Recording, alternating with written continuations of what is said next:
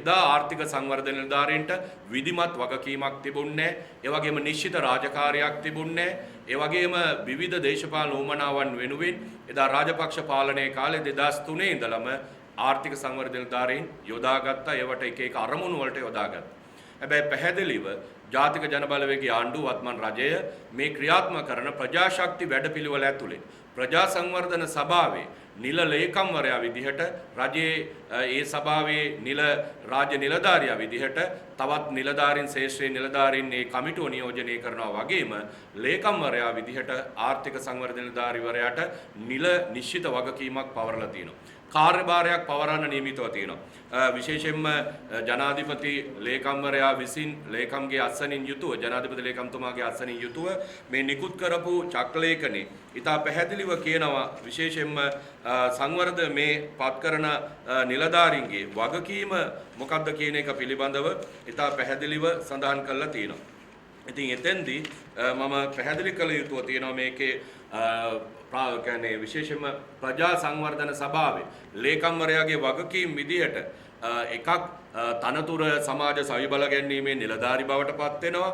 ඒ වගේම ප්‍රාදේශීය සම්බන්ධීකරණ කමිටුව ඇතුළේ රජයේ ආයතන ටික සම්බන්ධීකරණය කරගන්න සහ අවශ්‍ය මාර්ගෝපදේශයන් ලබා දෙන නිලධාරියා බවට පත් වෙනවා. ඒ වගේම ග්‍රාම සංවර්ධන සැලැස්ම සකස් කිරීම, ක්‍රියාත්මක කිරීම, අධීක්ෂණය කිරීම ඇතුළු කටයුතු වල රජයේ ඒ කමිටුවේ නිල ප්‍රධානියා බවට වගකීම් බවට මේ ආර්ථික සංවර්ධන නිලධාරිවරයා නව තනතුරත් එක්ක පත් වෙනවා. ඒ වගේම විශේෂයෙන්ම සංවර්ධන ව්‍යාපෘති සඳහා ඒ ඇස්තමේන්තු සකස් කිරීමේදී ව්‍යාපෘති සඳහා අවශ්‍ය කරන ප්‍රතිපාදන වෙන් කර ගැනීමේදී ව්‍යාපෘති වාර්තා සකස් කිරීමේදී තොරතුරු හා ලේඛන ඒ සකස් කිරීමේදී ඊට අවශ්‍ය කරන මැදිහත් වීම කරන්න නිල වශයෙන් දැන් මේ ආර්ථික සංවර්ධන නිලධාරී විදියට ඉන්න ඉදිරියේදී ප්‍රජා සවිබල ගැනීමේ නිලධාරියා ලෙස පත් වෙන මේ නිලධාරීන්ට පැවරෙනවා. ඉතින් ඒ නිසා ඊටාම පැහැදිලි මේ ආර්ථික සංවර්ධන නිලධාරීන්ට පසුගිය ආණ්ඩු කාලේ ඒ පැවරිච්ච විවිධ විදිහේ එක වෙලාවක තිබුණා ඒ පැවතිච්ච ආණ්ඩුවල දේශපාලන උමනා එපාකම් ඉටු කරගන්න. ඒ වගේම පහුගිය කාලේ අපි දැක්කා නිශ්චිත වගකීමක් නැහැ. ඒ නිසා ආණ්ඩුව පැවතිච්ච ආණ්ඩු යම් යම් වගකීම් එව්වට පස්සේ රාජකාරී එව්වට පස්සේ ඒ අදාළ නිලධාරීන් ඒ රාජකාරී ඉටු කරන්නේ නැති වුනහම අවසානයේ ගිහිල්ලා ඒ රාජකාරී ඉටු කරන කෙනා බවට බලධාරීන් යොදාගත්තේ මේ ආර්ථික සංවර්ධන නිලධාරීන්.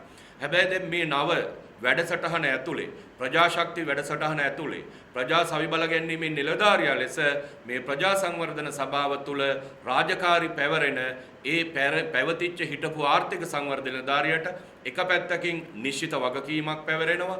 ඒ වගේම තනතුරක් ප්‍රදානය වෙනවා. ඒ තනතුරත් එක්ක බැඳිච්ච වගකීම් සහ කාර්යභාරය ඉතා පැහැදිලිව නිශ්චිත කරලා තියෙනවා. ඒ නිසා වසම පුරා ඒ ප්‍රජා සංවර්ධන සභාවත් එක්ක රජයේ සම්බන්ධීකරණ කටයුතු කරමින් ඒ අදාළ සභාපතිවරයා ඇතුළු අනිකුත් ඒ කාරක සභාවත් සෙසු සමාජිකයන් එක්ක රජයේ විශේෂයෙන්ම දිලුණු බව තුරන් කිරීම සඳහා ප්‍රජාව සවිබල ගැන්වීම සඳහා වන නිශ්චිත වගකීමක් සහ කාර්යභාරයක් මේ රජයේ නව වැඩපිළිවෙළ ඇතුලේ ආර්ථික සංවර්ධන නිලධාරීන්ට පැවරෙන්න නියමිතව තියෙනවා. ඒ නිසා ඒ වැඩපිළිවෙල ඇතුලේ ඉතිහාසයේ අර කාට හරි එවපු රාජකාරියක් ප්‍රතික්ෂේප කරාම ඒක කරන නිලධාරියා වෙනුවට ඒ වගේම රාජපක්ෂ පාලන කාලය ඇතුලේ පැල බෙදන්න, ඇට බෙදන්න, ලිත් බෙදන්න, දේශපාලන උත්සව සංවිධානය කරන්න මට මතකයි ඒ දවස්වල විශේෂයෙන්ම දිවිනගුම පනත සම්බන්ධයෙන් මතුවෙච්ච ප්‍රශ්නේදී ශේෂ්ඨාධිකරණයේ එවකට හිටපු අගවිනිසුරු තුමියට එරෙහිව එවකට රාජපක්ෂ පාලනය නීති විරෝධී සහ ප්‍රජාතන්ත්‍ර විරෝධී ක්‍රියාදාමයක් ගෙන ගියා. ඒ ක්‍රියාදාමයේදී එකවරක මට මතකයි පාර්ලිමේන්තු වටරවුමේ ශිරාණි බණ්ඩාරනායක මහත්මිය පාර්ලිමේන්තුවට ගෙන්නන දවසේ ඒ වටරවුමේ තිබිච්ච උද්ඝෝෂණයට එදා ඒ සංවර්ධන නිලධාරීන් ආර්ථික සංවර්ධන නිලධාරීන් යොදා ගන්න එවකට ආණ්ඩුවේ ආසන සංවිධායකවරු පාර්ලිමේන්තු මන්ත්‍රීවරු කටයුතු කරපු ඉතිහාසය තිබුණා. ඒ වගේම මට මතකයි 2013 ඒ වකවානුවේ ඌව පළාත් සභාවේ පැවතිච්ච පළාත් සභා ඡන්දෙදී ශෂින්ද රාජපක්ෂ මහමැති අපේක්ෂකයාට එවලේ මැතිවරණ ප්‍රචාර කටයුතු වලට කැන්වසින් යන්න එදා ඒ අභ්‍යාසලාභී පුහුණුවේ ඉන්න සංවර්ධන නිලධාරීන්ව යොදා ගන්න ආණ්ඩුව එවකට කටයුතු කරා.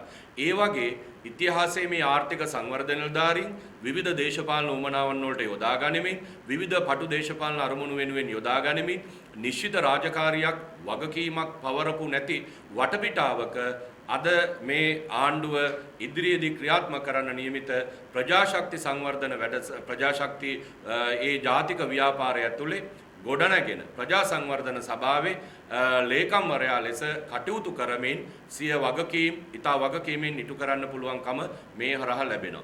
ඒ වගේම සමහර අය උත්සාහ කරනවා දැන් විශේෂයෙන්ම මේ වැඩසටහනත් එක්ක වෙන ඒවා පටලවන්න.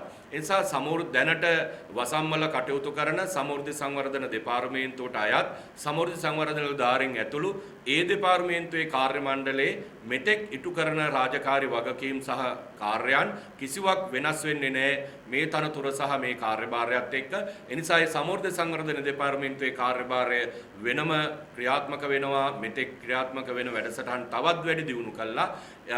ඊට සමාන්තරව ප්‍රජාශක්ති ජාතික ව්‍යාපාරයේ අරමුණු සහ අවශ්‍යතාවයන් ක්‍රියාත්මක කිරීම සඳහා ප්‍රජා සංවර්ධන සභාව හරහා මගින් ප්‍රජා සවිබල ගැනීමේ නිලධාරීන් විසින් ඒ පත් කරගන්න ප්‍රජා සංවර්ධන සභාවේ සමාජිකයන් එක්ක ග්‍රාමීය දුප්පත්භාවයේ දිලුඳුභාව තුරන් කිරීම සඳහා මේ වැඩසටහන ක්‍රියාත්මක කරන්න නියමිතයි. නිසා මේ ආණ්ඩුව මේ ඉදිරියට ක්‍රියාත්මක කරන්න යන වැඩසටහන ඇතුලේ එක පැත්තකින් ප්‍රජාශක්ති වැඩසටහන ඇතුලේ එක පැත්තකින් ග්‍රාමීය දුප්පත්භාවයේ තුරන් කිරීම සඳහා රජයේ වැඩපිළිවෙල සාර්ථක කර ගැනීම වෙනුවෙන් දැවැන්ත මැදිහත් වීමක් වත්මන් ජනාධිපති අනුර දිසානායක සහෝදරයා ඇතුළු ජනාධිපතිතුමා ඇතුළු මේ ආණ්ඩුව ප්‍රමුඛතාවය ලබා දීලා තිනවා ඒ ග්‍රාමීය දුප්පත්භාවයේ තුරන් කරන්න.